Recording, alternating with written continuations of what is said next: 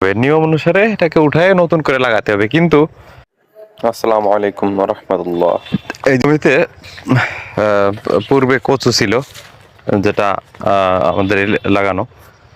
এখনো এই কচুগুলো সমস্যা হচ্ছে, এখন এর মাথিগুলো অনেকটা বড় হয়ে গেছে বা পুরনো হয়ে গেছে, সোজা কথায় গাছগুলো পুরনো হয়ে গেছে। তো এর জন্য এখন এগুলোকে উঠায় ফেলতে হবে। আমি এতটুকু বা আমরা এতটুক করলাম, চিন্তা করলাম যে যদি এর থেকে আগাম কিছু পাওয়া যায় তাহলে তো এতে ক্ষতি নেই।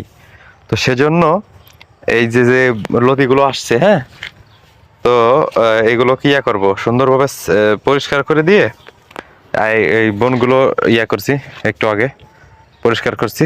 এখন এগুলোকে ফেলতে হবে।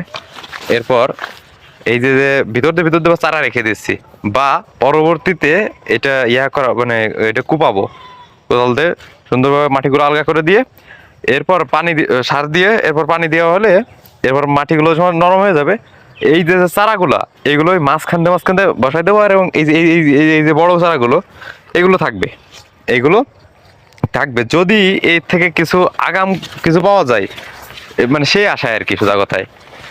তো যাই হোক, এখন এই মানে পরিষ্কারের কাজগুলো শুরু করব। তো এই যে মানে দুখন এই দু জমিতেই পরিষ্কার করে সুন্দর করা লাগবে। তো এইগুলোর এই কাঠাম বলে আমাদের এই যে ওই কচু আর কি, ওটা অনেকটা উঁচা হয়ে গেছে। যদিও এ থেকে তেমন ভালো কোনো ফল আশা করা যায় না, তারপরেও ক্ষণস্থায়ী হলেও মানে এটা বেশি দিনে হয়তো রাখবো না ইনশাল্লাহ।